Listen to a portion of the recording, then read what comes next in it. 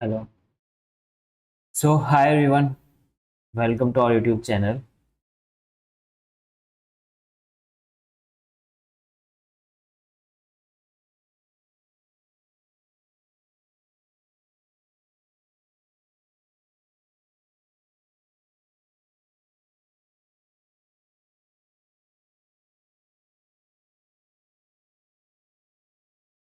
So, hi everyone. जो आज हम क्वेश्चंस करेंगे वो है पेपर 2 का।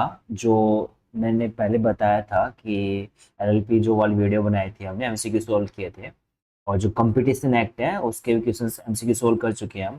तो उसमें मैंने बताया था कि हम फुल फ्लेज्ड पेपर सॉल्व करेंगे 2025 जून का, कि किस टाइप के क्वेश्चंस आए हुए तो वो सॉल्व करेंगे। तो हम ज़्यादा टाइम कंज्यूम ना करते हुए वीडियो को स्टार्ट करते हैं। सो पहले मैं अपना इंट्रोडक्शन दे देता हूँ। एंड अगर आप हमारे यूट्यूब चैनल पे न्यू हो तो subscribe our YouTube channel and comment your name in on our YouTube channel, ताकि हमें पता चले एंड आप कहाँ से हो, कहाँ से आप वीडियो को देख रहे हो।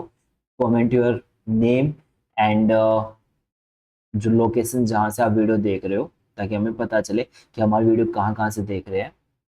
Now, so myself, Tarun Gotwal, and I completed my post graduation from Department of Commerce, Delhi School of Economics, and I completed my graduation from Ramjas College, Delhi University, and I qualified all India rank sec. I got all India rank second in Commerce Wizard exam, which is conducted by Institute of Chartered Accountants of India, and I got 99 marks in class 12th accounts subject, and I already covered many competitive exams in class 12th.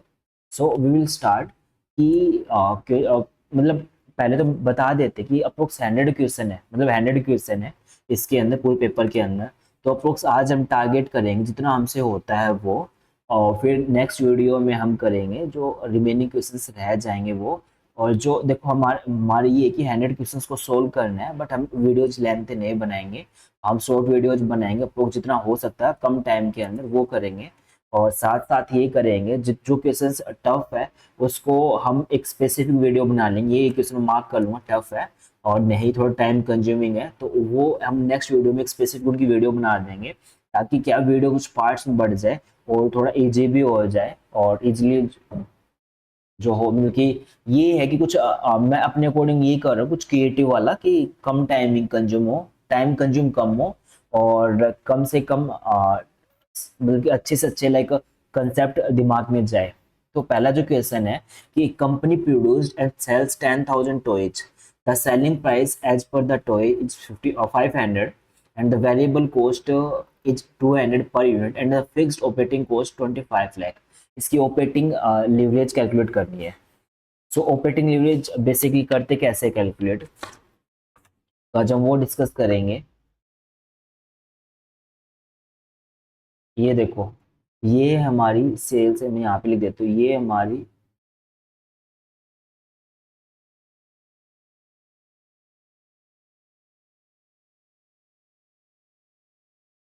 हाँ, ये हमारी sales कितनी है। ये हमारी sales थी 200, मतलब कि हम सेल कर रहे एक प्रोडक्ट को 500 रुपये यूनिट पर यूनिट। क्वांटिटी हम निकालेंगे, अभी इस क्वांटिटी नहीं दे रखी। फिर दूसरी इसमें सेल सेल्स में क्या कर माइनस करते हैं, वेरिएबल कॉस्ट, जो हमने इनपुट यूज किया, इनपुट का कितना पैसा लगा हमारे पर यूनिट का 200 रुपये। तो हमें यूनिट नहीं पता कितनी है। और फिर बाद में इसको यहाँ पे आएगा sales minus variable cost contribution. Contribution से हम लेस करेंगे फिक्स्ड कॉस्ट, फिक्स्ड कॉस्ट। और फिर बाद में जो हमारा आएगा EBIT, earning before interest and tax, ये जो वैल्यू है। अब देखो इसमें क्या क्या दे रखा है हमें। हमें दे रखा है कि जो हमें फिक्स्ड ऑपरेटिंग कॉस्ट कितनी आई, 25 लाख रुपए।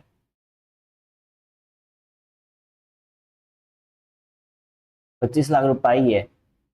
अब हमारा जो ऑपरेटिंग लीवरेज निकालना है इसमें, अब fixed operating cost, variable cost और कैलकुलेट। अब इसमें देखो कि 500 माइनस में 200,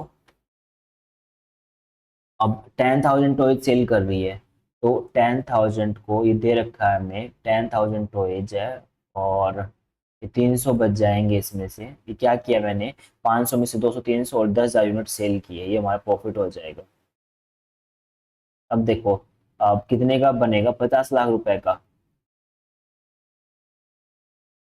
और फिर ये कितने का बनेगा, 20 लाख रुपए का वेरिएबल कॉस्ट। और ये 50 में से 20 लाख गए तो 30 लाख हमारा कंट्रीब्यूशन हो जाएगा। अब ईबीआईटी कितना बचा है हमारा, 5 लाख रुपए। और फॉर्मूला क्या होता है या हमारी ऑपरेटिंग कॉस्ट का, ऑपरेटिंग लीवरेज का,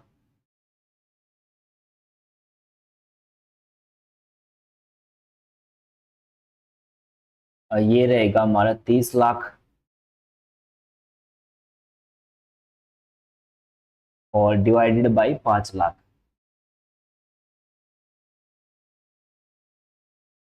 इसका आंसर आएगा 6 टाइम्स। अब इसका 3669, इसका जो आंसर हमारा 6 टाइम्स आएगा। देख बिल्कुल, ये जो आंसर्स है ये नहीं कि अपनी तरफ से बना रहा हूँ मैं, ये आंसर्स जो है मैं आंसर की जो आई हुई फाइनल आंसर की, ताकि आपको करेक्ट आंसर पता चले। करेक्ट आंसर इसका 6 टाइम्स, हमारे में 6 टाइम्स ऐसे आया है। और ये आया कैसे है ये पता चला। इसका फॉर्मूला ऑपरेटिंग लीवरेज क्या होता है, जैसे कि कॉन्ट्रीब्यूशन अपॉन में एबीआईटी। ऑपरेटिंग लीवरेज का फॉर्मूला क्या होता है, कॉन्ट्रीब्यूशन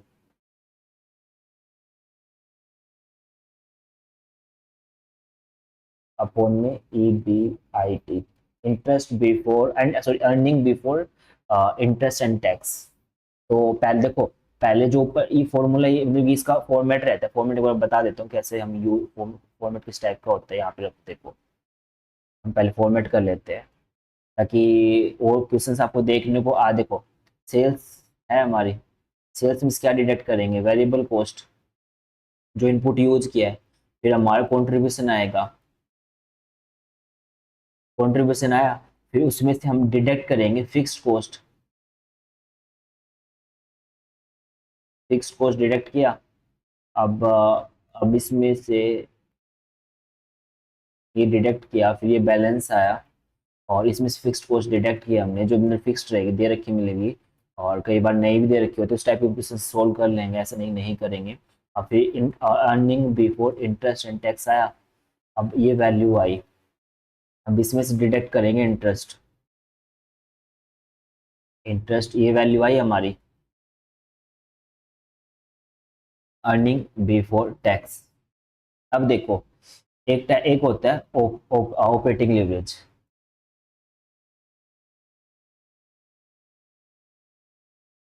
उसका फॉर्मूला क्या रहेगा, कंट्रीब्यूशन ये वाली, बीच वाला मतलब क्या निकालना, ऑपरेटिंग लीवरेज निकालना है। तो ऊपर कंट्रीब्यूशन, नीचे ईबीआईटी है, ये ले लेंगे हम, कंट्रीब्यूशन अपॉन ईबीआईटी अपॉन में ईबीआईटी। अब दूसरा फाइनेंशियल लीवरेज निकालेंगे हम, अगर आता है तो। फाइनेंशियल लीवरेज का फॉर्मूला क्या रहेगा, EBIT earning before interest and tax upon में अर्निंग बिफोर टैक्स। तो ये हमारा फाइनेंशियल, मतलब ये वैल्यू और इसको डिवाइड कर देंगे इससे ईबीटी को, तो जो आएगा कितना टाइम्स आता है वो हमारा हो जाएगा फाइनेंशियल लीवरेज।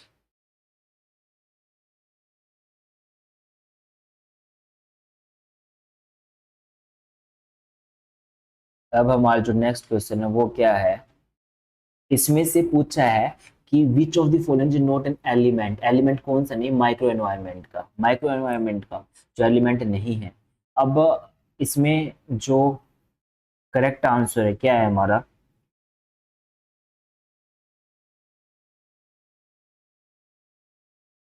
T, technology. इसका रीजन क्या है, कस्टमर्स सप्लायर्स एंड कंपिटिटर्स, ये क्या है, इंटरनल एनवायरनमेंट का पार्ट है जो एक माइक्रो लेवल पे रहते हैं। कस्टमर्स हमारे रहते हैं फॉर्म के खुद के, सप्लायर्स जो सप्लाई करते हैं सामान के, कंपिटिटर्स ये क्या है कि इंटरनल एनवायरनमेंट का पार्ट है।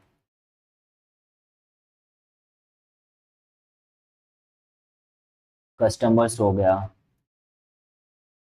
सप्लायर्स इंटरनल मैनेजमेंट हो गई, कंपिटिटर्स हो गई, कुछ चीजें जो हमारे बिजनेस मतलब कि ऐसा एनवायरनमेंट जो हमारे स्मॉल लेवल पे, जो हमारे अंडर कंट्रोल, जिनको कंट्रोल कर सकते हैं, और ऐसी चीजें जो हमारे हाथ में नहीं है, अनकंट्रोलेबल है, मैक्रो एनवायरनमेंट,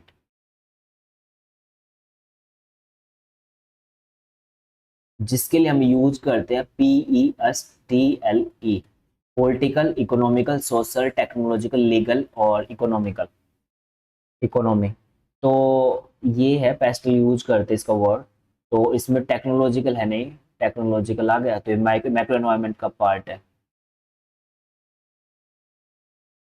ये हमारा पॉलिटिकल, जो पॉलिटिक्स हमारे मतलब जो बड़े बड़े MP MLA गवर्नमेंट, ये हमारे कंट्रोल में नहीं है।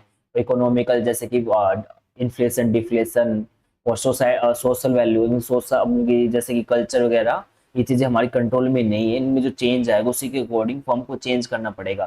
तो इसमें स्पेसिफिक एक छोटी सी चीज़ पूछिए, माइक्रो एनवायरनमेंट का पार्ट क्या नहीं है, टेक्नोलॉजी।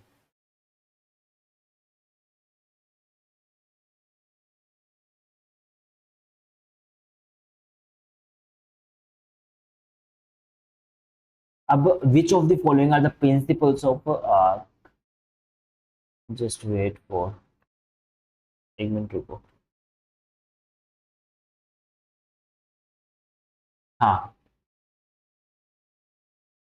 इसमें ये पूछा है कि which of the following are the application.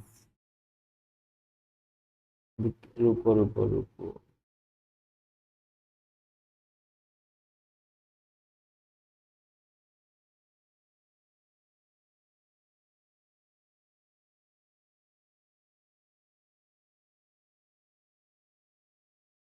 हम्म, तो इसमें ये पूछा which of the following are the applications of the conservative principle of accounting.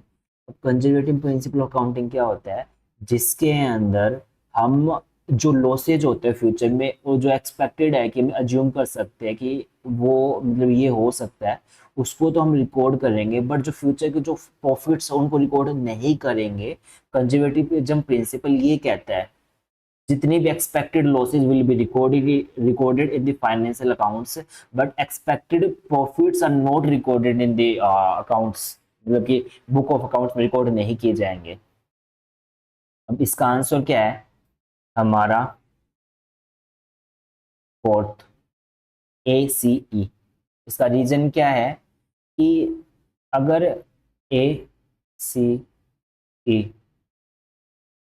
देखो, अगर स्टॉक है, हमारे स्टॉक के प्राइस और अप एंड डाउन होते रहते हैं, तो नॉर्मली 12th क्लास में हम सिखाया गया था कि जो स्टॉक की वैल्यू है हमेशा लोअर वैल्यू पे रिकॉर्ड किया जाएगा, मार्केट वैल्यू, या जो फॉर्म जो बाइंग हमने जो पोस्ट प्राइस है उसका, जिसमें बाई जिसमें हमने खरीदा था स्टॉक को, उसमें से अगर जिस जो लोअर वैल्यू होगी वो रिकॉर्ड करेंगे, मतलब वैल्यूएशन ऑफ स्टॉक हमेशा लोअर।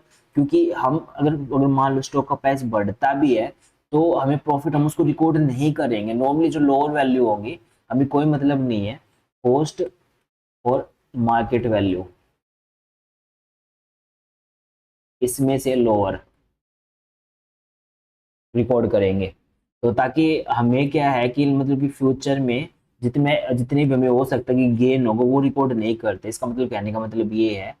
और डेबिटिंग ड्रॉइंग्स अकाउंट्स, मतलब कि अगर पार्टनर पैसा निकालता है पार्टनरशिप फर्म से, ड्रॉइंग कर रहा है, निकाल रहा है, and credit purchasing account, normally हम परचेजिंग अकाउंट यूज करते हैं when the goods are withdraw by the proprietor, जब कोई भी गुड्स यूज करते हैं, मतलब प्रोप्राइटर जो पार्टनर वो निकालता है तो परचेज अकाउंट यूज करते हैं, क्रेडिट करते हैं।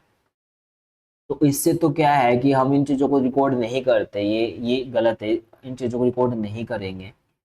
अब थर्ड क्या है हमारा, making provision for bad and doubtful debt, अगर हमारे फर्म के डेटर्स डूबेंगे कि हमने भाई 50 लाख की सेल्स कर रखी, क्रेडिट सेल्स कर रखी फर्म ने, पार्टनरशिप फर्म ने 50 लाख की क्रेडिट उधार में सामान बेच दिया। अब भाई अगर वो पैसा उसमें से डूबता है तो फर्म के लिए नुकसान है, और कंजर्वेटिज्म प्रिंसिपल क्या कहेगा, जितने भी एक्सपेक्टेड लॉसेज है उनको रिकॉर्ड करना है। तो उसके लिए एक स्पेसिफिक प्रोविजन बनाया जाएगी ताकि हम फिर पहले से उसकी तैयारी कर ले, इतना पैसा डूब सकता है। और making provision for discount on creditors, creditors के लिए प्रोविजन बनाना कि देखो क्रेडिटर्स हमें डिस्काउंट देंगे तो हमारे लिए क्या है, मतलब क्रेडिटर हम हमारी भी पार्टनरशिप फर्म है, मैं सामान खरीदूंगा तो मान के चलो मेरे को 50,000 में सामान आ रहा है, वो सामान ना मेरे को मतलब डिस्काउंट मिल सकता है फ्यूचर में कि वो सामान मेरे को 50,000 की बजाय 40,000 का मिलेगा। मतलब जैसे कि मान के चलो अभी दीपावली का सीजन है, दीपावली का आएगी, तो अभी 50,000 का सामान है, तो वो दीपावली आने पे जैसे कोई भी सेल आती है फ्लिपकार्ट अमेजोन पे, तो वो चीज़ साढ़े 40,000 डिस्काउंट पे मिल जाएगी हमें। तो उस सिचुएशन में हमारे 10,000 का पार्टनरशिप फर्म का प्रॉफिट होगा, तो उसको हम रिकॉर्ड नहीं करेंगे क्योंकि ये प्रॉफिट है, फ्यूचर में होगा हमें, मतलब एक्सपेक्टेड है, तो प्रॉफिट्स को हम रिकॉर्ड नहीं करते। कंजर्वेटिज्म प्रिंसिपल तो यही कहता है, तो ये ट्रांजेक्शन क्या है, गलत है। कंजर्वेटिज्म प्रिंसिपल क्या अप्लाई नहीं होगा इस सिचुएशन में। इन्वेस्टमेंट्स में फ्लक्चुएशंस होंगे, इन्वेस्टमेंट्स अप होंगे, जो भी हमने इन्वेस्टमेंट्स कर रखी है उसके लिए एक स्पेसिफिक इन्वेस्टमेंट फ्लक्चुएशन फंड बनाया जाता है। अगर इन्वेस्टमेंट में नुकसान होता है तो उस सिचुएशन में एक इन्वेस्टमेंट फ्लक्चुएशन फंड बनाया जाएगा। तो अगर उसको वो नुकसान इन्वेस्टमेंट हुआ, मतलब 50 लाख की इन्वेस्टमेंट कर रखी है और उसमें लॉस कितने का हुआ माँ, मतलब कि उसमें प्राइस डाउन हो सकता है फ्यूचर में भाई, मान के चलो मार्केट में चेंज आने की वजह से, तो उसमें प्राइस गिर सकते हैं, 40,000 हो गए। जैसे कि एग्जांपल ले सकते हैं, डोनाल्ड ट्रंप ने टैरिफ कम चेंजेस किए थे रेट्स में, तो उस वजह से अगर मान के चलो स्टॉक का प्राइस 50 लाख का हमने लाइक अप्रोक्स इन्वेस्टमेंट कर रखे, तो उसकी वैल्यू 40 लाख, मतलब कि उस पॉलिसी की चेंज आने की वजह से 40 लाख की हो रही है, तो हमारा लॉस है। तो उसके लिए एक इन्वेस्टमेंट फ्लक्चुएशन फंड बनाया जाता है उस लॉस को रिकवर करने, मतलब कि कवर अप करने के लिए, इन्वेस्टमेंट फ्लक्चुएशन फंड। तो अगर इन्वेस्टमेंट्स में कोई भी फ्लक्चुएशंस होते, चेंजेस आएंगे, जैसे कि इन्वेस्टमेंट्स ही कर रखी है, इसमें कुछ चेंजेस जाए तो उसको कवर करने के लिए इतना पैसा हमारे पास पड़ा है, हम पे कर सके, तो नॉर्मली ए सी ई आएंगे सिचुएशन में। Fourth answer. अगर कोई क्वेश्चन समझ में नहीं आ रहा था तो मेरे को ना कमेंट कर देना, हम नेक्स्ट वीडियो में डिस्कस कर लेंगे, ऐसा कोई वो नहीं है कि हम इसी वीडियो में सब कुछ करेंगे। अब देखो, इनका क्रोनोलॉजिकल ऑर्डर बताने की कौन सी ओल्ड है कौन सी न्यू है, ओल्ड टू न्यू। तो इसका जो करेक्ट आंसर है हमारा, कौन सी इसमें न्यू है,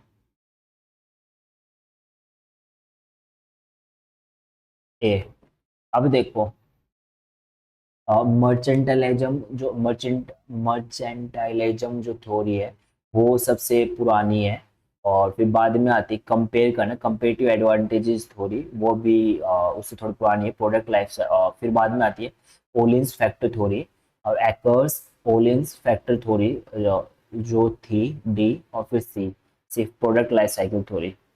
अब देखो, कुछ इंपॉर्टेंट थ्योरीज है फाइनेंस के अंदर, तो नॉर्मली हमें और है ये याद करनी पड़ेंगी, तो कैसे याद करेंगे, ये इंटरनेशनल इंटरनेशनल ट्रेड के अंदर, इंटरनेशनल बिजनेस के अंदर मान सकते, फाइनेंस में नहीं है।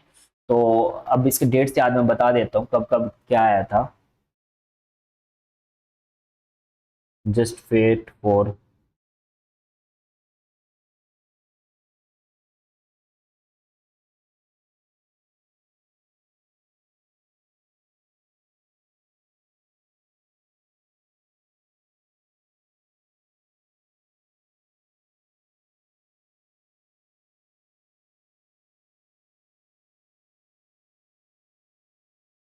नॉर्मली है ना, इंपॉर्टेंट थ्योरी यही है कि इतनी ज्यादा वो नहीं है कि इनकम सी क्रोनोलॉजिकल ऑर्डर कैसे याद रखेंगे, मतलब दो याद रख लो क्वेश्चन हो जाएगा। दो में तो नहीं होगा, पूरी करनी पड़ेंगी हमें।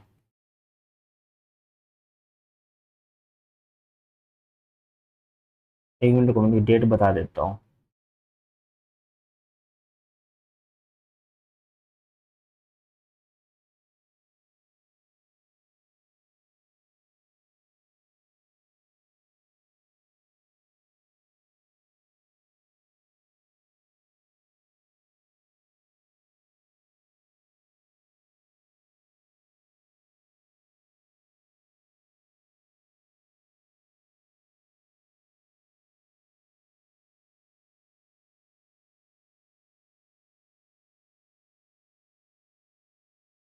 देखो, मर्चेंटाइलिज्म जो थ्योरी आई थी वो 16 सेंचुरी में, 16th सेंचुरी में आई थी। इसकी कोई डेट मेंशन नहीं कर रखी। और कंपेरेटिव जो थ्योरी वो 1817 के अंदर, ये मतलब 18th सेंचुरी होगी कंपेयर करने किसी चीज़ों को। और फिर बाद में हैकर्स ओलिन्स थ्योरी थी, ये तो अभी 1933 के अंदर आई थी। और प्रोडक्ट के अलग अलग मतलब कि, रुको रुको रुको रुको, हाँ, तो कंपेरेटिव वाली इतनी आई थी। ये जो थ्योरी थी 1960 1960 के अंदर आई थी। और हैकर्स, मैं डेट गलत मेंशन कर रहा हूँ, हाँ, हैकर्स ओलियन थ्योरी कब आई थी 1933। और प्रोडक्ट लाइफ साइकिल थ्योरी कब आई थी 1960 1960 के अंदर। हो गया अभी, ये था, ये डेट्स थी, हमें याद रखनी है। तो नॉर्मली अगर याद भी रखना तो ये भी रख सकते हो। फॉर्मेट, मर्चेंटाइलिज्म जो थ्योरी सबसे पुरानी थ्योरी है, तो मर्चेंटाइलिज्म थ्योरी सबसे पुरानी है। फिर बाद में चीज़ों को कंपेरेटिव थ्योरी आई, कंपेरेटिव एडवांटेज। फिर उसके बाद में आई हमारी हैकर्स। ये देखो, ये क्या है, ट्रेडिशनल थ्योरी है, ये वाली ये वाली ये वाली दोनों तीनों ट्रेडिशनल थ्योरी है। तो जो सी वाला वो लास्ट में आएगा, product life cycle theory. Last में आएगा हैकर्स वाली, हैकर्स ओलियन थ्योरी, जो फैक्टर्स के बारे में लिखा गया था, वो जो फैक्टर सस्ता है कौन सा वो यूज करेंगे, हैकर्स ओलियन। फिर बाद में प्रोडक्ट लाइफ साइकिल, ये मॉडर्न थ्योरी के अंदर आएगी, प्रोडक्ट लाइफ साइकिल थ्योरी।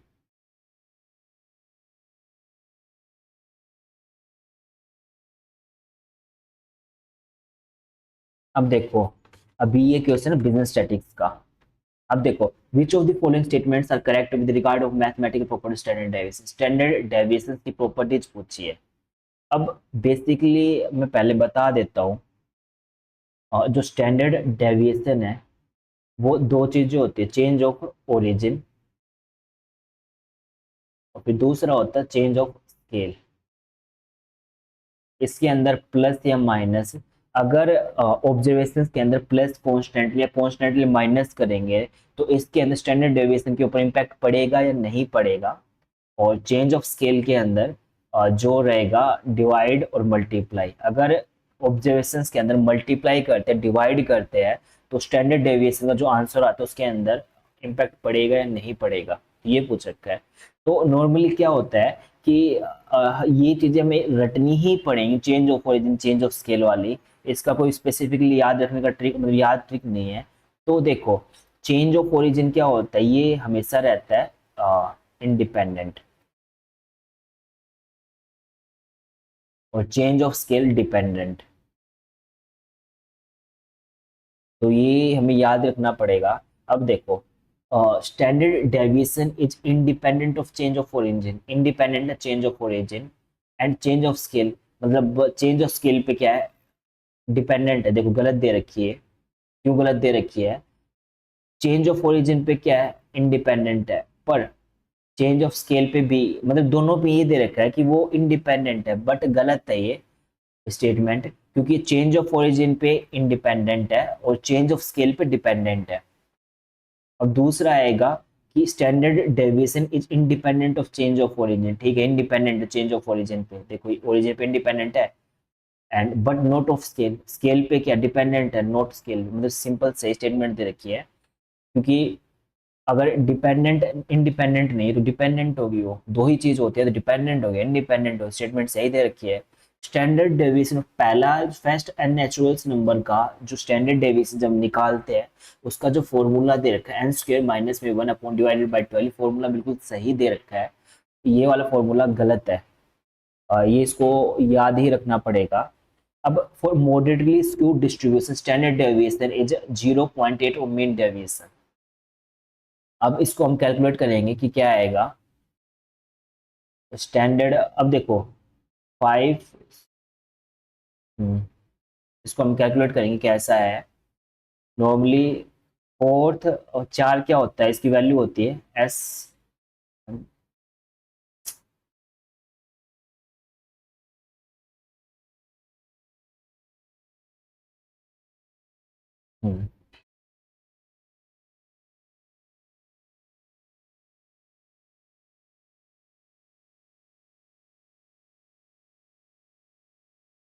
इसकी वैल्यू है, ये वैल्यू दे रखी है, फोर्थ स्टैंडर्ड, पांच, चार स्टैंडर्ड डेविएशन, पांच मीन डेविएशन, और सिक्स क्या होता है, ये होगा हमारा क्वार्टरल डेविएशन। ये एक जो फिक्स है, अगर एसिमेट्रिकल डिस्ट्रीब्यूशन जो होगा एसिमेट्रिकल, या तो ये ऐसे होगा या ऐसे होगा, मतलब ऐसे लेफ्ट या राइट में, ये नेगेटिवली है स्क्यूड, अगर लेफ्ट साइड में पूछ लंबी है और राइट साइड में अगर पूछ लंबी है तो पॉजिटिव स्क्यूड है।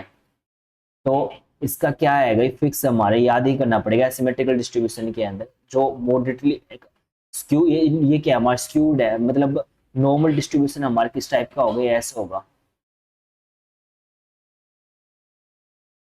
इस टाइप का डिस्ट्रीब्यूशन होगा। तो इसमें जो डिस्ट्रीब्यूशन दे रखा है वो क्या है, मॉडरेटली स्क्यूड, या तो टेढ़ा मेढ़ा होगा, मतलब इक्वल नहीं होगा, इस साइड जो इक्वल डिस्टेंस इक्वल है, मतलब कि दोनों साइड की डिस्टेंस इक्वल है, इसमें इक्वल नहीं होगी, इसलिए क्या कहेगा, स्क्यूड कहा जाएगा। तो इसकी मतलब ये पूछ रखा है 0.8, स्टैंडर्ड डेविएशन क्या है 0 पॉइंट, और मीन डेविएशन इसमें कैलकुलेट कर लेंगे हम। Fourth standard deviation is equal to 5 mean deviation, और standard deviation is equal to 5/4 mean deviation. तो पाँच को हम डिवाइड कर देंगे चार से, चार एक कम चार, और पाँच में चार गया तो एक जीरो, चार दूनी आठ, और दो, चार को मतलब 1.25 आएगा इसका। इसका जो हमारा करेक्ट आंसर वो क्या आएगा, 1.25। Standard deviation is equals to 1.25 of mean deviation. तो ये स्टेटमेंट 0.8 दे रखी, तो स्टेटमेंट गलत है, तो बी और सी सही रहेगा इसका आंसर। 36 7। ये स्टेटमेंट हमारी सही है, इसका करेक्ट आंसर ये है, बी और सी।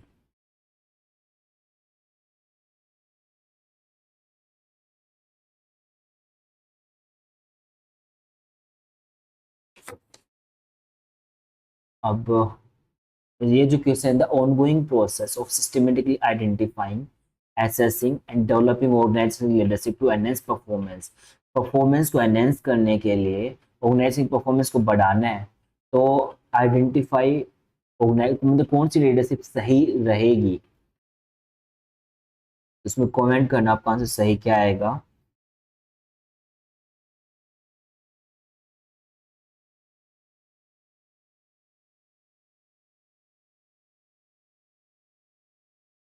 इसका जो करेक्ट आंसर है succession planning, the ongoing process, इसका करेक्ट आंसर सेक्शन, मतलब ऐसी जो प्रोसेस सिस्टमेटिकली कोई भी चीज़ों को आइडेंटिफाई करना, एसेसिंग करना, चेक करना, कंपेयर करना एंड डेवलप करना, जो ऑर्गेनाइजेशन जो लीडरशिप है, कि मतलब बेस्ट लीडरशिप ऑर्गेनाइजेशन के अंदर आए, जिससे ऑर्गेनाइजेशनल परफॉर्मेंस इंक्रीज हो। इससे क्या हुआ कि सक्सेशन प्लानिंग के अंदर ऑर्गेनाइजेशन की ऐसे प्लानिंग करते हैं जिससे फ्यूचर में सक्सेसफुली ऑर्गेनाइजेशन की सक्सेस कुछ ज़्यादा इंक्रीज हो, ये कहना चाह रहा है। और मैनेजर जजमेंट ये नहीं आएगा, मैनेजमेंट खुद जज करेगी, ऐसा कुछ नहीं होगा। अब ऑर्गेनाइजेशन क्या चाहते हैं, ऑर्गेनाइजेशन ग्रोथ चाहेगा, तो ऑर्गेनाइजेशन की सक्सेस, ऑर्गेनाइजेशन कामयाबी चाहते हैं। अब इसमें स्ट्रेटेजी थोड़ी, रणनीति थोड़ी यूज कर रहे हैं, प्रिडिक्टिव मतलब प्रिडिक्ट करना, कि जो भी वर्कफोर्स काम कर रही है उसको मॉनिटर करना, ये भी नहीं आएगा, ये भी नहीं आएगा, स्ट्रेटेजी वगैरह नहीं बना, सक्सेसफुल सक्सेशन प्लानिंग आएगा। हम प्लान कर रहे हैं कि ऑर्गेनाइजेशनल पूरा ग्रो करे सक्सेसफुली, और ग्रोथ करे, अच्छी लीडरशिप स्टाइल हो, हम ये प्लान कर रहे हैं।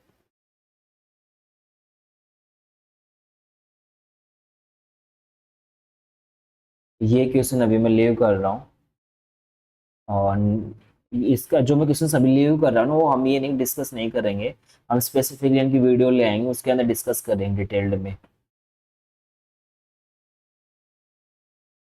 एक बार मैं इसका करेक्ट आंसर बता देता हूँ क्या है।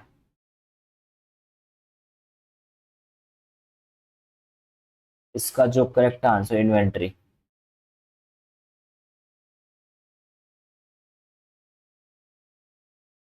अब देखो, अब इकोनॉमिक्स का क्वेश्चन है कि मार्जिनल प्रोडक्ट कैसे कैलकुलेट करेंगे। मार्जिनल प्रोडक्ट है तो नॉर्मली ये यूज करेंगे इसके लिए, टोटल प्रोडक्ट जो, अगर मान के चलो मार्जिनल प्रोडक्ट कैसे निकालेंगे, TPN,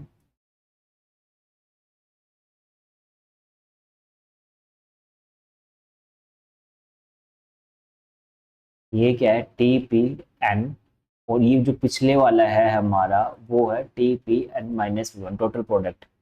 तो ये आएगा, मतलब मार्जिनल यूटिलिटी, मार्जिनल प्रोडक्ट निकालने के लिए टोटल प्रोडक्ट पहले मतलब कि इससे पिछले वाला डिडक्ट करना, एंड ये नेक्स्ट वाला है, इससे पिछले वाला रिड्यूस करेंगे तो मार्जिनल प्रोडक्ट। अब इसका मैं करेक्ट आंसर बता देता हूँ कौन सा है।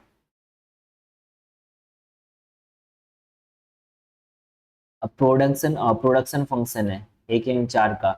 प्रोडक्शन करने के लिए लेबर का यूज करेंगे, हम अलग अलग फैक्टर्स का यूज करेंगे। अब क्वांटिटी हम कोई भी प्रोड्यूस कर रहे हैं तो फैक्टर्स यूज होंगे, उसके अंदर अलग अलग फैक्टर्स होंगे, टेक्नोलॉजी यूज होगी, लैंड होगी, लेबर होगी, और बिल्डिंग होगी, अलग अलग फैक्टर्स यूज होंगे। तो फैक्टर्स क्वांटिटी प्रोड्यूस करने के मतलब कि ये आउटपुट निकलेगा तो ये चीज़ें यूज होंगी, फैक्टर्स यूज किए गए हैं। अब एवरेज प्रोडक्ट निकालना है तो एवरेज कैसे निकालेंगे, एवरेज किसी चीज का, टोटल अपॉन में कितने है, अगर मान के चलो 1 2 3 4, 4 है, इसका एवरेज निकालेंगे, कैसे निकालेंगे, टोटल, इसका टोटल कितना है, 4 3 7 2 9 1 10, 10 है, और फिर बाद में 1 2 3 4, 4, तो कितना होगा टोटल प्रोडक्ट अपॉन में नंबर ऑफ यूनिट्स, एवरेज निकालना हो तो, मतलब टोटल एवरेज तो ऐसे निकला, टोटल हमारा जो टोटल है उसके अंदर नंबर डाल देंगे, ये हमारा फॉर्मूला हो जाएगा एवरेज निकालने का।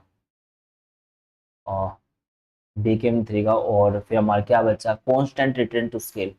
जब हम फैक्टर्स मतलब कि कोई भी प्रोडक्शन करते हैं तो उसके अंदर कुछ कांस्टेंट मतलब कि कॉन्स्टेंटली रिटर्न टू स्केल। अब हम लॉन्ग टाइम के अंदर प्रोड्यूस कर रहे हैं, लॉन्ग टर्म के अंदर स्केल का प्रोडक्शन मतलब कि कैपिटल और लेबर का यूज करेंगे, ये फैक्टर्स ऑफ प्रोडक्शन है हमारे। इजी क्वेश्चंस था। अब ये था कि मार्केटिंग मायोपिया की जो टर्म है वो किसने दी थी, और ये क्वेश्चन आपको पता है मैंने एग्जाम दिया था और मैं मार्क निकल के आया था। इसका रीजन क्या था, अब ये नहीं आता नहीं था, आता था। अब इसका करेक्ट आंसर क्या है, थियोडोर लिविट। इसका सिंपल से ट्रिप है, मार्केट मायोपिया टर्म किसने दी, लीविस की पैंट सुनी, लिवाइस की, तो लिवाइस काफी फेमस ब्रांड है। अब इससे याद कर सकते हैं मार्केट मायोपिया, लिवाइस जो कंपनी है ब्रांड वो यूज करती है मार्केट मायोपिया को, तो लिवाइस से मार्केट मायोपिया रिलेट कर लो, सिंपल सी है। अब इसमें से एक्सप्लेन करने वाला नाम, इसमें क्या डिस्कस करूं मैं।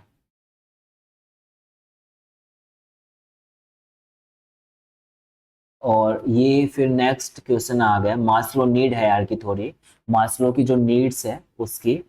अब उसने एक 5 नीड्स दी थी, एक इंसान की 5 नीड्स होती है। पहली बेसिक नीड, रोटी कपड़ा मकान, जिसको हम बोलते हैं साइकोलॉजिकल नीड्स,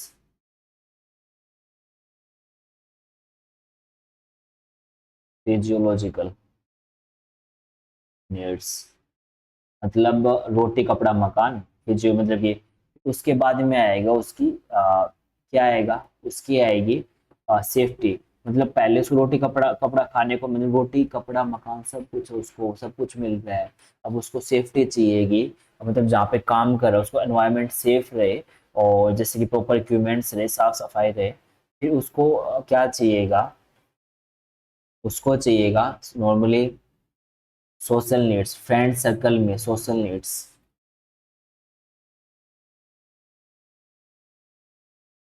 रोटी कपड़ा मकान मिल गया।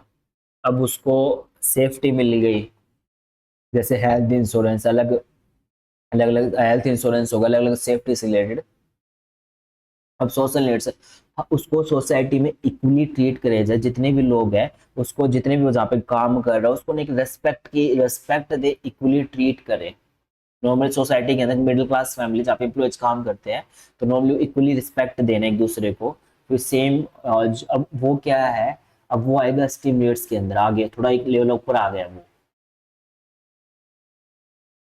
एस्टिमेट्स, एस्टिमेट्स में क्या होगा कि एक लेवल ऊपर आना उससे, कि मतलब जैसे कि नॉर्मली आपने देखा होगा जो middle class family, middle class में जो एक अपर रिच सेक्शन होता है कि भाई थोड़ा उनके पास वो पैसे वाला, भाई पैसे वाले लोग तो थोड़ा सा हल्का लेवल ऊपर आना, तो वो बंदा उस लेवल पे है एस्टिमेट्स में, जिसके पास में उस पर्सन के पास में अच्छा खासा घर है, बड़ा घर है, जो नॉर्मली सोसाइटी के पास रहता है उससे एक लेवल थोड़ा अपर, और अच्छी खासी पोस्ट पे, अच्छी खासी रैंक पे है, तो उस सिचुएशन में। और फिर सो सो मतलब टॉप पे आएगा सेल्फ एक्चुअलाइजेशन। जो भी वो बंदा काम कर रहा है, जो भी पर्सन वो काम कर रहा है, वो उस फील्ड में टॉप पे रहे, जैसे कि मुकेश अंबानी है, सर है, तो वो अपने फील्ड के अंदर वो अपने आप पे टॉप पे है। अब राहुल गांधी पॉलिटिक्स में, वो अपने फील्ड में पॉलिटिक्स में टॉप पे है। सेम वे में जो बंदा जो काम कर रहा है, जैसे म्यूजिशियन है, नॉर्मली हानी सिंह है, जो सिंगर है, तो वो अपने फील्ड में क्या अपने आप में टॉप में है, वो म्यूजिशियन का काम करता है पर अपने फील्ड में टॉप पे है। तो इस वे में मास्लो नीड है यार कि नीचे से शुरू होगी, रोटी कपड़ा मकान से ऊपर जाएगा। नॉर्मली उसकी स्टेटमेंट हानी सिंह सुनी भी होगी, मैं लाइक मतलब नॉर्मली लोग स्टेटमेंट सुनते होंगे, नोट उसको मेंशन कर रहा हूँ मैं, पर कि मेरा बचपन में लेकिन रोटी कपड़ा मकान, फिर उसके बाद में क्या कहते हैं बहुत ज्यादा सेफ्टी हुई, सोसाइटी के अंदर इक्वली, फिर मैं वो थोड़ा ऊपर उठ गया, फिर सेल्फ एक्चुअलाइजेशन, मैं अब अपने आप में टॉप पे हूँ, बहुत ज्यादा रिच पर्सन हूँ मैं, तो सेल्फ एक्चुअलाइजेशन सबसे रिच पर्सन हो जाता है। तो इस प्रकार से, तो इसका जो नीड्स की वो पूछा है, हायरार्की पूछी, साइकोलॉजिकल डी, डी, और फिर बाद में उसको बी, बी, तो ये हमारा ए हो जाएगा। अच्छा,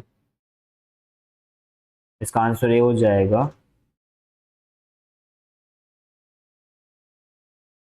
ये हमारे इसका आंसर है।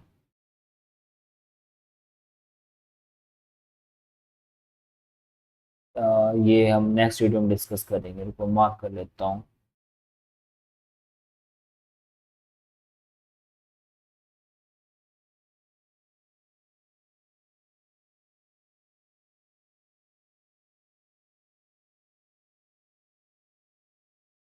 देखो, अब इसमें ना ऑब्जेक्टिव पूछ लिया, ऑब्जेक्टिव डब्ल्यूटीओ क्या है, डब्ल्यूटीओ के ऑब्जेक्टिव क्या है, डब्ल्यूटीओ किससे रिलेट करेगा, World Trade Organization, World Trade Organization है। और वो डब्ल्यूटीओ कब आया, 1995 के अंदर, डब्ल्यूटीओ 1995 के अंदर आया।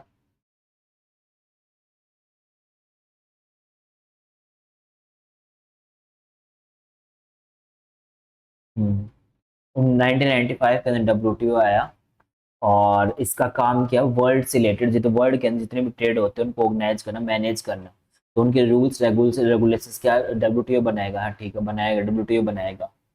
ट्रेड से रिलेटेड जितनी भी इंटरनेशनल ट्रेड डिस्प्यूट्स है सोल्व कौन करेगा, WTO, World Trade Organization solve करेगा। बॉर्डर का डिस्प्यूट्स है, जैसे कि मान के चलो ये नहीं हैंडल करेगा, जो मान के चलो चाइना है, चाइना और इंडिया का बॉर्डर डिस्प्यूट चल रहा है, पाकिस्तान इंडिया का जो जम्मू कश्मीर में थोड़ा बहुत बॉर्डर डिस्प्यूट चलता है, वो डब्ल्यूटीओ में बीच में आता है, कभी सुना कि डब्ल्यूटीओ बीच में है, वो बॉर्डर का डिस्प्यूट सोल्व करवाया है, तो बॉर्डर डिस्प्यूट थोड़ी सोल्व करवाएगा भाई, वो चीजें उनकी हैंड हाथ में नहीं है डब्ल्यूटीओ की, वो खाली ट्रेड से रिलेटेड डील करेगा, ना कि बॉर्डर का डिस्प्यूट करेगा, बॉर्डर का डिस्प्यूट काफी बड़ा है तो वो चीज हैंडल नहीं करेगा। और to provide a forum for negotiation, trade में रिलेटेड ट्रेड में कुछ रिस्ट्रिक्शंस है उनको लिबरलाइज करना, मतलब कि इजी करना, तो वो कर सकता है, प्रोवाइड करता है। तो ए बी डी आएगा इसका आंसर, ए बी डी।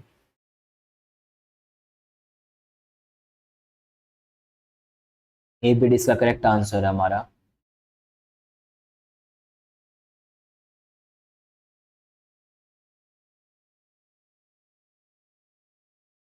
ये हम नेक्स्ट वीडियो में डिस्कस करेंगे, वीडियो लेंथी हो जाएगी।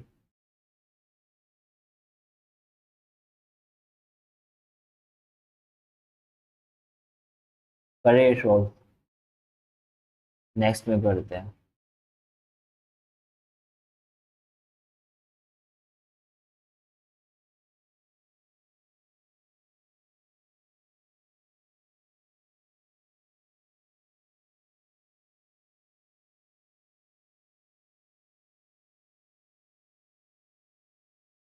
कंसोलिडेटेड फाइनेंशियल स्टेटमेंट का पूछ लिया इसने। अब विच ऑफ द फॉलोइंग है इंडिया इंड इन एएस कुछ इंडिया मतलब इन एएस का अकाउंटिंग स्टैंडर्ड्स है कुछ जो कंसोलिडेटेड फाइनेंशियल स्टेटमेंट्स किस सेक्शन में है मतलब किस इन एएस के अंदर आएगी। तो इसका जो करेक्ट आंसर है क्या है हमारा, उसका आंसर है third, Ind AS 110। Third third इसका आंसर आएगा इंड एएस, इसको याद ही करना पड़ेगा। इन जो कंसोलिडेटेड फाइनेंशियल स्टेटमेंट्स है किसके कौन से इंड एएस के अंदर आएंगे, 110 के अंदर कंसोलिडेटेड फाइनेंशियल स्टेटमेंट्स।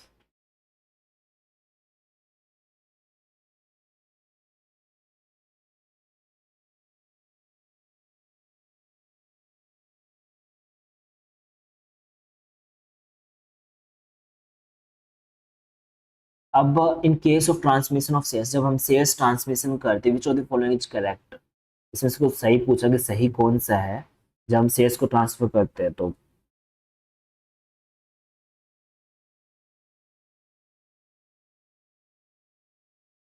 जिसका करेक्ट आंसर क्या है, ए बी सी डी। देखो, जब हम शेयर्स को ट्रांसफर करते हैं तो उस टाइम पे कोई भी ऐसा कोई इंस्ट्रूमेंट की जरूरत नहीं होती, हम फ्रीली ट्रांसफर कर सकते हैं, कोई भी इंस्ट्रूमेंट की जरूरत नहीं होती। ठीक है, स्टेटमेंट है। जब हम शेयर्स किसी को नॉर्मली इससे ट्रांसमिशन क्या होता है कि मोनिटर मतलब कि ऐसी सिचुएशन जिस केस में अगर कोई पर्सन है उसकी डेथ हो गई या पर्सन की इंसॉल्वेंट हो गया, उस केस में उसके पास जो सिक्योरिटी जो दूसरे पर्सन को ट्रांसफर होती है, ट्रांसमिशन हो रही है, तो उस केस में होता है transmission of security generally made without, मतलब इसमें कोई कंसिडरेशन नहीं होता कि पैसों से रिलेटेड कंसिडरेशन नहीं होता। अब नॉर्मली क्या होता है कि एक पर्सन जैसे कोई फादर है अपने बेटे को ट्रांसफर कर रहा है, उससे पैसे थोड़ी लेगा, ट्रांसमिशन कर रहा है प्रॉपर्टी, तो सेम वे में सिक्योरिटीज ट्रांसफर करना, ट्रांसमिशन जो वर्ड यूज करेंगे। Shares continue to be subject to, shares के ऊपर जितनी भी लाइबिलिटी है, अगर मान ले फेस वैल्यू शेयर पे है 10 रुपीज, उसमें से 8 रुपए कोल्ड अप कर लिए कंपनी ने, 2 रुपए अनकोल्ड अप है, वो कंपनी जब मंगवाएगी उसके ऊपर लाइबिलिटी है। तो जब शेयर्स तरुण के पास है और मान के चलो तरुण के पास है, तरुण ने ट्रांसफर कर दिए मोहित को, ट्रांसमिशन कर दिए, तो शेयर्स इसके पास गए, तरुण ने 8 रुपए, तो 2 रुपए इसके, अब शेयर्स इसके पास आ गए, तो 2 रुपए ये पे करेगा मोहित, तो मतलब उसके पास अगर शेयर्स ट्रांसफर होंगे तो उसके ऊपर जो लाइबिलिटी है वो भी ट्रांसफर होंगी, ये कहना चाह रहा है। Transmission takes place on the death insolvency of a holder, जब सिक्योरिटीज हम होल्ड करते हैं तो किस केस में ट्रांसमिशन होगा, अगर उस पर्सन की डेथ हो गई या वो पर्सन इंसॉल्वेंट मतलब लोगों को पेइंग कैपेसिटी नहीं है, उस सिचुएशन में वो से उसके शेयर्स सीज मतलब ले लिए जाएंगे, ट्रांसमिशन कर लिए जाएंगे। जब ट्रांसमिशन करे सिक्योरिटीज को तो उस केस में स्टैम्प ड्यूटी लगेगी, स्टैम्प ड्यूटी उसमें नहीं लगेगी, नॉर्मली यही चीज याद रखें, स्टैम्प ड्यूटी नहीं लगेगी।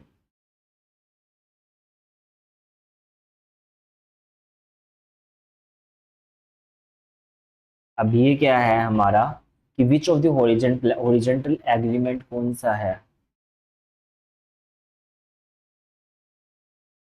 इसका जो हमारा आंसर कार्टल, कार्टल बना लेना।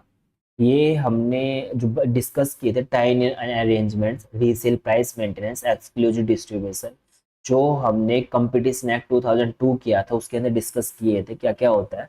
तो नॉर्मली कार्टेल क्या होता है कि ओरिजेंटल ऐसे होगा कि मान के चलो ये एग्जांपल ले लो, इसका रिलायंस जियो है, ये एयरटेल है, ये वी आई है, सेम लेवल पे ना काम का सेम सर्विस देते हैं सेम लेवल पे। अगर ये फॉर्म्स आपस में तीनों मिल जाए कार्टेल बना ले तो प्राइस एक ही रखेंगे, तो उस सिचुएशन में हॉरिजॉन्टल मतलब ये दो तीनों मिल जाना, तो ये तीनों ही मिल जाएंगे, तीनों सेम सर्विस मतलब कि प्राइस सेम करेंगे, सेम कम्पीट करने के बजाय सेम प्राइस के अंदर वो करेंगे, तो कार्टेल है, तो उस केस में हॉरिजॉन्टल एग्रीमेंट होगा। टाई इन अरेंजमेंट्स क्या होगा, अगर तुम्हें एग्जाम्पल ले लो। हाँ,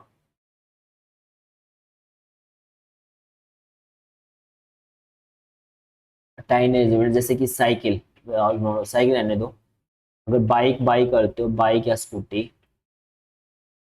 प्लस में इंश्योरेंस, उसके साथ में मतलब कि दो प्रोडक्ट बेचना, बाइक एक स्कूटी लोगे तो इंश्योरेंस भी लेना पड़ेगा, तो एक कंडीशन लगा देनी टाइन होना, दो चीजें एक साथ बेच रहे हो। रीसेल करना कि रीसेल करना कि नॉर्मली जो प्रोडक्ट हम रीसेल कर रहे हैं, मान के चलो फॉर्म है ये ABC limited, ABC limited form है ये प्रोडक्ट सेल कर रही है किसको, तरुण को।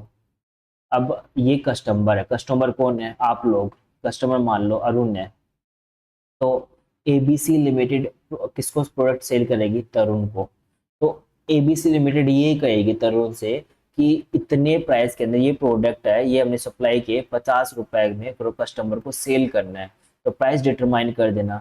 तो रीसेल प्राइस मेंटेनेंस ये हॉरिजॉन्टल एग्रीमेंट के अंदर नहीं आएगा, वर्टिकल एग्रीमेंट में आएगा। ये किस टाइप का बनो, वर्टिकल इस टाइप का तो होता है पीछे आगे पीछे मतलब फॉर्म्स का होना। कि अगर मतलब कि फॉर्म्स जो पीछे जो सप्लायर होता है उसके साथ टाई अप करना। अब एक्सक्लूसिव डिस्ट्रीब्यूशन कि नॉर्मली डिटरमाइन कर देना कि जैसे कि एबीसी लिमिटेड है, ये करते टायर मैन्युफैक्चरिंग, और टायर का नाम है टीवीएस का, मान लो टीवीएस का टायर्स है। तो एबीसी लिमिटेड कहता है टीवीएस का टायर सेल करूंगी मैं, तो टीवीएस टायर मैन्युफैक्चर करती है एबीसी लिमिटेड। तो वो टायर तरुण को कहना है कि भाई मेरे ही टायर सेल करेगा, उसके अलावा कोई भी कंपनी के टायर सेल नहीं करेगा। डिस्ट्रीब्यूशन मतलब कि ये फिक्स कर देना। और उसके अलावा जैसे कंपनी कुछ देखी होगी, एक खाली एक ही कंपनी का टायर बेचना, तो उस केस में क्या है कि एक एक्सक्लूसिव डिस्ट्रीब्यूशन, ये वर्टिकल एग्रीमेंट्स बने हैं ऐसे ये वाले फॉर्म्स मैन्युफैक्चरिंग के साथ डील करें, तो मतलब कि वर्टिकल एग्रीमेंट्स है। तो इसमें एक एक कार्टल सेम लेवल पे फॉर्म्स आपस में मिल जाना, कार्टल बनाएंगे, हॉरिजॉन्टल एग्रीमेंट है। इसमें से करेक्ट स्टेटमेंट पूछिए हमें कौन सी टैक्स अवॉइडेंस से रिलेटेड। टैक्स अवॉइडेंस बेसिकली क्या होता है कि जो टैक्स की जो लाइबिलिटी बन रही है उसको हम रिड्यूस करना है। तो ये है टैक्स अवॉइडेंस, क्या होता है। अब इसका जो करेक्ट आंसर पहले मैं बता देता हूँ, करेक्ट आंसर कौन सा है इसका।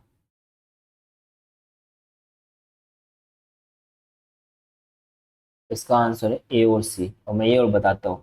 मतलब टैक्स की जो लाइबिलिटी बन रही है उतनी मतलब क्या करना, उसे कम पे करना। वो क्यों। अब tax avoidance is legal arrangements, legal किया जाएगा और इस तरीके से जिस मतलब कि देखो, टैक्स अवॉइडेंस बेसिकली लीगल होगा, पर उसके अंदर जो टैक्स लाइबिलिटी बन रही है ना उसको कम किया जाएगा, जितनी टैक्स लाइबिलिटी उसे कम पे करना। तो बेसिकली मिनिमाइज करना टैक्स लाइबिलिटी। फिर सी क्या है, मतलब कि there is element of malafide motive in all tax, मतलब कि मतलब आप मोटिव क्या है, नॉर्मली क्या करना, मैलिफाइड मोटिव होना। मैलिफाइड का मीनिंग बताता हूँ क्या होता है, एक मिनट रुको।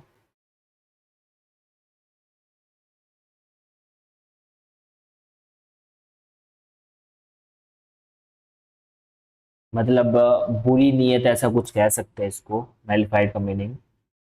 या मतलब बैड फेथ के साथ करना, कुछ बैड फेथ होता हमारा। और ऐसा नहीं होता, हम लीगल तरीके से जितनी टैक्स की लाइबिलिटी बन रही है हम टैक्स के दायरे में रह के, टैक्स के रूल्स रेगुलेशंस में रह के, उनके जो लूप होल्स होते हैं उनका फायदा उठा के टैक्स को, जितनी हमारी 50,000 बन रही है तो कुछ सेक्शंस डिडक्शंस लगा के वो टैक्स लाइबिलिटी को कम करना, और जिसकी हमारे पास एक्सप्लेनेशन हो, तो वो चीजें होती है टैक्स अवॉइडेंस। तो देयर इज एन एलिमेंट, हमारे को बैड फेथ नहीं होता, गलत है। Tax avoidance takes place into the, जो लॉ के लूप होल्स है उसको ही टैक्स अवॉइडेंस लेगा, मतलब कि उसका बेनिफिट उठा के जो टैक्स लाइबिलिटी बन रही है, जो मतलब मान के चलो कुछ लूप होल्स है, जो बड़ी बड़ी कंपनीज है वो टैक्स लाइबिलिटी जितनी बनती है वो लूप होल्स का बेनिफिट उठा के टैक्स लाइबिलिटी को कम पे करती है, वो लूप होल्स का बेनिफिट उठाती है। तो इनकम टैक्स डिपार्टमेंट क्या करेगा, नेक्स्ट ईयर उसमें अमेंडमेंट्स लेके आएगा, चेंज लेके आएगा, वो लूप होल्स खत्म कर देगा। तो इस वे में टैक्स मतलब कि हर साल अमेंडमेंट्स होती है फाइनेंस एक्ट के through, tax avoidance tax place, तो नॉर्मली स्टेटमेंट सही हो जाएगी। लो पोल्स का जो बेनिफिट उठाते हैं टैक्स अवॉइडेंस, वो टैक्स की जो हमारी लाइबिलिटी जो एक्चुअल में बन रही है उससे कम पे करते हैं। Tax avoidance is intentional attempt to avoid payment, हम tax avoid payment of tax after the liability of tax has arise. हमारी जो टैक्स की लाइबिलिटी अराइज नहीं होती, हम टैक्स को अवॉइड नहीं करते, एक्चुअली में हम टैक्स पे करते हैं, पर जो लूप होल्स उसका बेनिफिट उठा के टैक्स को हम कम पे करते हैं, ये कहना चाह रहे हैं। तो ये स्टेटमेंट गलत है। हम उसका कोई भी टैक्स लायबिलिटी जो अराइज हुई है उसको अवॉइड नहीं करते, पे करते हैं हम एक्चुअल में, अवॉइड नहीं करेंगे। Tax avoidance is the same as tax omission. Tax omission के टैक्स को पे नहीं करना, टैक्स अवॉइडेंस सेम, गलत है ये, गलत है। दोनों टैक्स अवॉइडेंस का टैक्स की लायबिलिटी को रिड्यूस करना एक्चुअल में।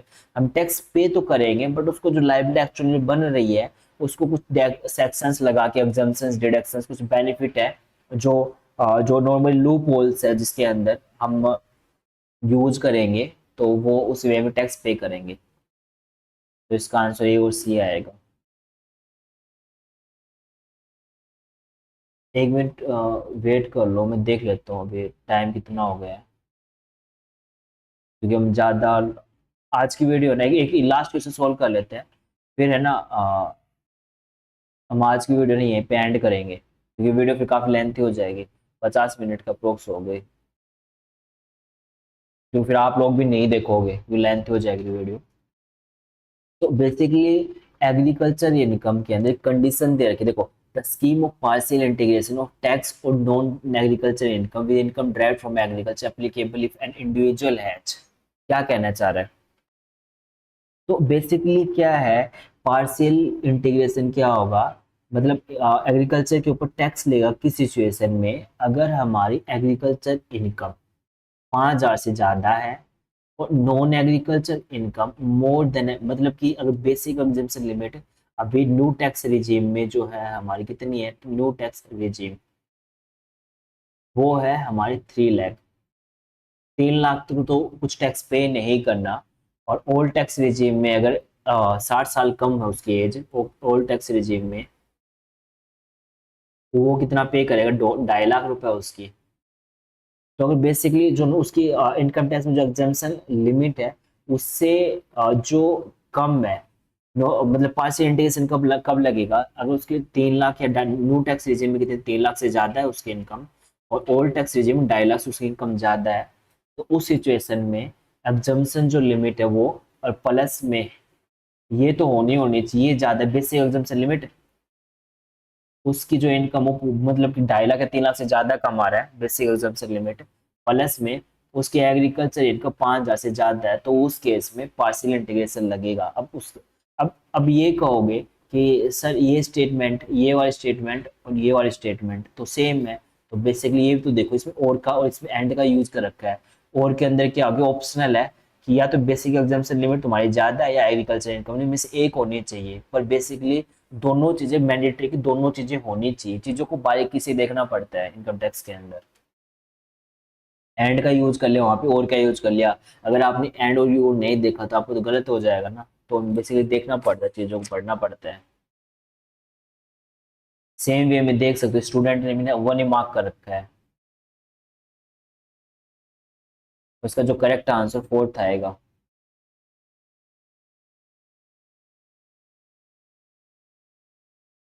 सो आज की वीडियो हम यहीं पे एंड कर रहे हैं, क्योंकि वीडियो फिर काफ़ी लेंथी हो जाएगी, और आपने चैनल को सब्सक्राइब नहीं किया तो सब्सक्राइब कर दीजिए, हमारे वीडियो में बने रहिए, और नेक्स्ट वीडियो में वीडियो क्वेश्चन सॉल्व करेंगे। Till then subscribe our YouTube channel. Thank you.